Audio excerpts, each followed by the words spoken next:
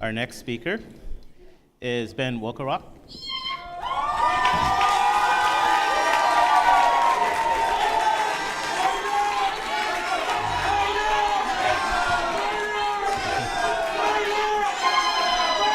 Boda! Boda! Ben is from Uganda. And he's representing the great institute of Purdue University. Take it away. Oh, thank you so much. So let's first focus on the image on the screen. How many of us would say that they still see this kind of children in their neighborhoods today? Just by show of hands.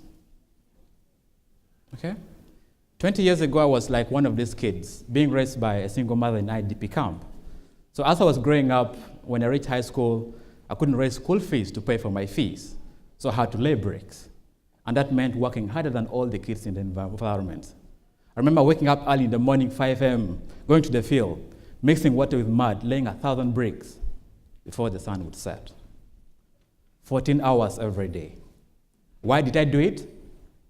Well, because I've seen some people in my communities, not the ones who were working with bricks like me, not even the ones who were herding cattle the whole place, not even the ones who were fetching firewood from the nearby forest to sell within the community. Yes, I respected them, but that wasn't the life I wanted for myself. It wasn't the life my mother wanted for myself. It was because I'd met this young man called Laginya, a medical doctor who grew up in a similar neighborhood like mine. But he went ahead to study medicine in London. And by that time, I'd gone back to the communities to help people during the crisis. His story inspired me. It made me see the possibility of being who I am today. It made me see that someday I could be able to, do a lot and be able to help my communities.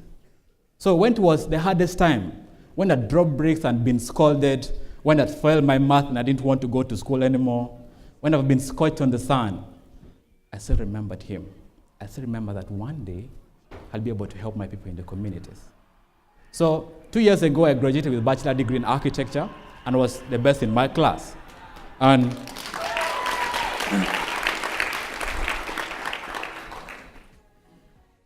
so this is a product that I innovated for transportation means for transporting fresh fruits and vegetables.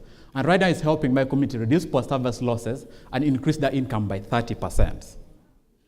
So as I stand before you here, I look back and I wonder what would have happened if I never met Laginya, if I wasn't inspired to do this. I don't know about your story, but maybe some of you could relate to my stories. I'm not saying my story is much better than yours. I'm not saying my hardship was harder. I'm not saying my inspiration were much greater.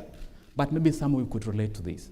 Maybe you went through different challenges, but along the way you met someone who inspired you, someone who made you believe that you could be the leader you are today. Now I'm asking myself, how many kids across the continent are having this experience, are having this moment of being inspired? 100, 1,000, hundreds of thousands? Well, that's a small number. We have over 300 million children across the continent.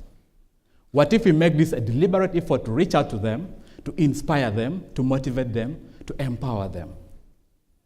Just for a minute, think about your story. Don't you think your story could inspire this young kid? Don't you think your story could inspire this young boy? Chimamanda Adichie says that stories matter. Many stories matter. Stories not only have the power to inspire, to motivate, but most of all, to empower. That's why today I want to introduce to you this project of collecting our stories, telling our stories, and making our characters popular within our communities. And how shall we do this? I want this to be done through film documentaries and radio plays. I want to collect all of your stories, tell these stories, so that it can reach out to all these children in the community so that they can be inspired to do more than what we shall be able to do. So we have already started working on this with my colleagues within Purdue University. We've already started working on this, and I need you guys. I need you to come on board. I need guys with storytelling skills. I need guys with documentary skills. I need guys with experience in media. I need guys who are good at storytelling so that we work together and make this a possibility. After this talk, I'm going to email everyone, and please do respond. I do believe that our generation is going to create an enormous impact across the continent, an enormous growth. But for us to sustain that growth, for us to sustain that impact, we have to reach out to the next generation of African leaders, to inspire them, to motivate them. And there's no better way of doing this than with our incredible stories of resilience. If you do believe that, then please let's come together and let's make this a possibility. Thank you.